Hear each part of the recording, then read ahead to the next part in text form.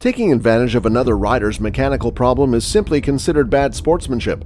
To the greatest extent possible, race should not be determined by random strokes of bad luck. It should be won and lost based on the strength of the riders, their bicycle handling skills, and their understanding of race tactics. In this type of situation, what are the unwritten rules? Is it bad sportsmanship to attack in this situation even if it is a race? Would a victory in this situation, if not stopped, be tainted or recorded differently? Hey friends, welcome back to Cycling Right Now. In this video, we are going to find out the most epic attacks in cycling history, so let us dive in. 1. Alberto Contador 2010.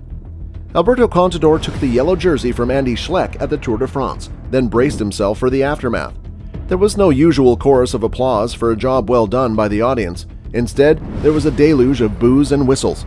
Contador had expected it deep down. He had a feeling that no matter how wonderful it was to be wearing the yellow jersey at this stage of the tour, he would end up being the villain. The fans were reacting to what happened on Monday's final climb of stage 15, when Schleck's bike chain came off while he was launching an attack on Contador and other riders. Contador, the defending Tour champion, did not stop to wait for Schleck, infuriating fans who believed he had broken racing protocol.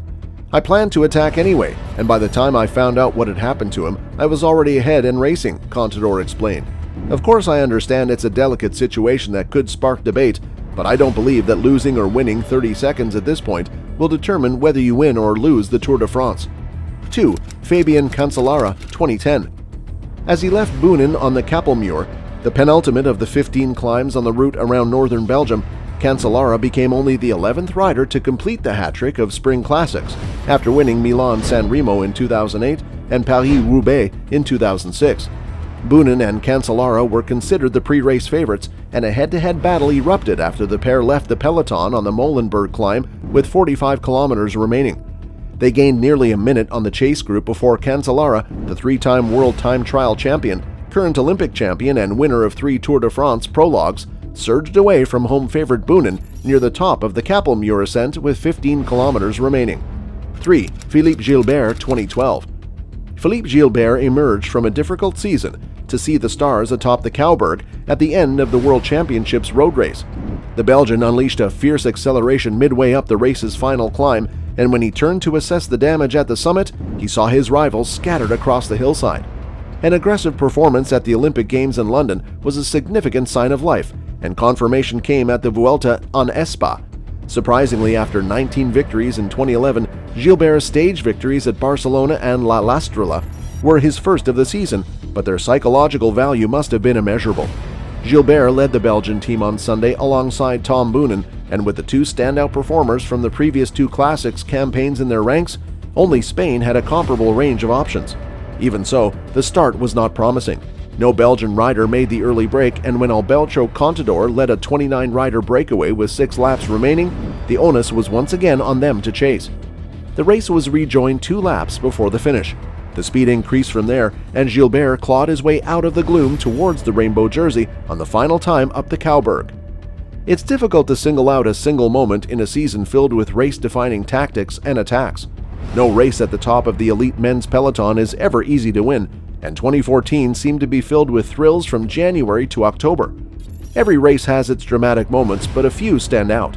The stars aligned a few times in 2014, with the most important riders stamping their authority in pivotal moments of cycling's most prestigious races. This season was filled with memorable moments, whether at Paris-Roubaix, the World Championships, or the Tour de France. It's what makes bike racing so appealing, frustrating, and compelling. 4. Alberto Contador 2014. Alberto Contador was haunted by memories of his humiliation at the hands of Chris Froome during the 2013 Tour de France during the winter of 2013-14. Contador was dropped in a race-breaking attack for the first time in his Tour career. Rather than giving up, Contador reinvented himself for 2014. He lost weight, worked on his top-end accelerations, and studied Froome and Sky's strategies. Unfortunately for fans, both crashed out before a showdown in the high mountains, but the two did square off during the Vuelta a España. Although neither was in peak condition when they began the Spanish Tour, by the 3rd week, both were aiming for victory. Contador left Froome gasping, riding away on the Osancares summit on the Vuelta's penultimate stage to seal victory. Going up against a rider of Froome's quality and palmares is really motivating, Contador said during the Vuelta.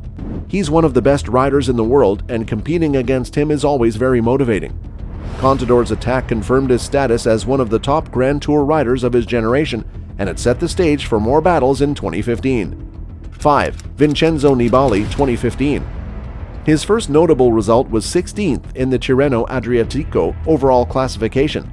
He then competed in the Amstel Gold Race, where he managed to escape thanks to a late attack before being reabsorbed by the peloton and finishing 65th.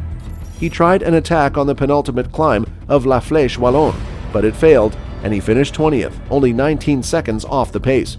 His first notable result of the year was a 10th place finish in the Tour de Romandie. He won the Tritico Lombardo as well as the Coppa Bernocchi and the Trivali Veracine, and finished second in the Coppa Ugo Agostoni.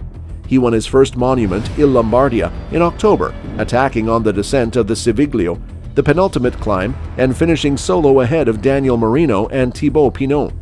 6. Peter Sagan, 2015. Sagan began his season at the Tour of Qatar, where he finished second on stages 4 and 5 and won the Young Rider classification. After a winless Tour of Oman, Sagan finished second on the first Tour Tirreno Adriatico road stages. In a rainy, flat stage, Sagan won his first race in Tinkoff Saxo colors on stage 6. He finished first in the points classification. He finished fourth at Milan-San Remo, while at E3 Harelbeke, Sagan broke away from the main group with Geraint Thomas and Zdeněk Tybar on the Oude Quaremont with 41 kilometers to go, but faded to 30th after Thomas's attack with 4 kilometers to go. 7. Christopher Froome, 2018. Froome came into the 2018 Giro Italia as one of the favorites to win overall in Rome. He was cleared of his charges once the Giro Italia got underway. However, before the race could begin, Froome crashed while reenacting the first time trial in Jerusalem. Froome finished the time trial in 21st place, trailing overall rival Tom Dumoulin by 35 seconds. Following the race, Team Sky Directeur Sportif Nicolas Portal admitted that Froome's injury was worse than they had stated at the time, and Brailsford stated that the crash was a setback to Froome's physical condition, which the team felt was below the required level at the start of the Giro. Froome has risen to 8th overall by the end of the first summit finish on Mount Etna, 1 minute and 10 seconds behind early race leader Simon Yates. At stage 8, Froome crashed on his injured side after his rear wheel slid on a slick climb. By the end of stage 9, to Gran Sasso d'Italia, Froome had dropped to 11th overall after losing another minute and 17 seconds to Yates. Stage 10 could have been ominous as well because he later admitted to feeling pain and an imbalance between his legs and was relieved to keep his position. Froome's first signs of recovery appeared on the race's most difficult climb to that point, Monte Zoncolan, where he distanced all of his main overall rivals and won the stage. The gap between Froome and the Maglia Rosa was now 3 minutes 10 seconds. And that's for today's video. We sincerely hope you enjoyed the video. If so, give it a like and share it with your friends and family. Let us know if you have any questions or comments in the section below. Don't forget to subscribe to our YouTube channel to see more of our incredible videos. You can also watch our other videos that have been specially selected for you. Look forward to seeing you in the next video.